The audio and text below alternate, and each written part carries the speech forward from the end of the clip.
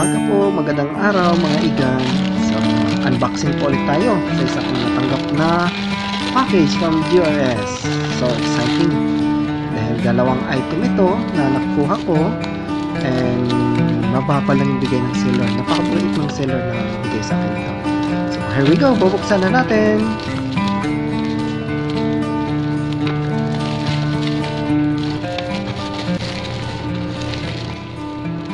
Oh no! Bakit nakaganito?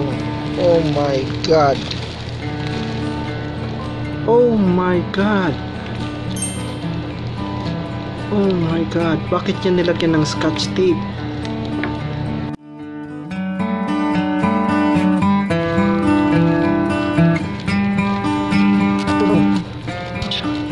Oh no! Look!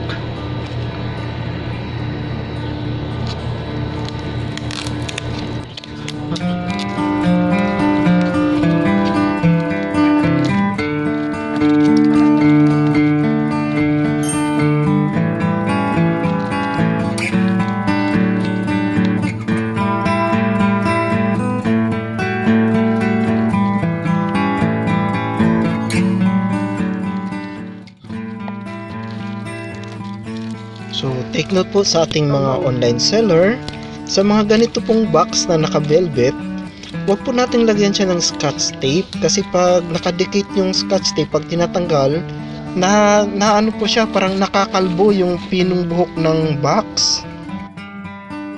Okay, so ito na po silang dalawang box. Bubuksan na po natin. Here we go. Ito yung isa. It's anong barya ba to? Bangko Sentral. At yung pangalawa ay oh no, nalaglag.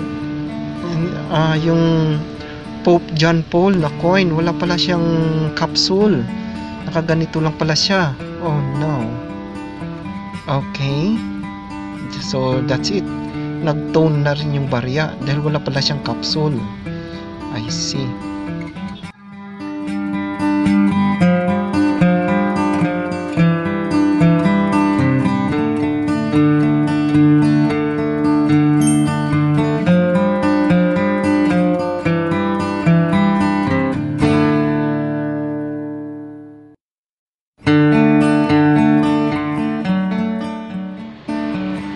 So ito na po yung dalawang barya na pinadala sa akin mula sa ating legit na seller po. So far maayos naman po. So later ko na lang i-check sila individually. Sa ngayon yung concern ko lang yung box. So sa susunod po wag nating lagyan ng scotch tape. Ayan po, ang daming na damage. Acceptable pa rin naman. Kaso lang sana wag po lagyan ng scotch tape. Bumabakat siya dahil natatanggal yung pinong buhok po. So yun lang po yung concern natin para dito sa mga box. So attention na lang po mga online sellers, pag yung item po naka ganitong klaseng box, no, yung velvet box, wag po natin siyang dikitan ng scotch tape po, please. Sayang talaga. Okay, so far wala namang problem sa mga barya maliban sa box. So lesson learned na lang mga fellow online seller, ingatan po natin yung velvet box, yung parang velvet box. Thank you po. Shoutout din po pala sa aking kaibigang si Sir Renz. Bisita ko kanina at siya din po yung nanalo sa aking parapol na African Leopard Coin. Congratulations po Sir Renz, maraming salamat. And shoutout din po sa ating kaibigang si Juan Bear TV.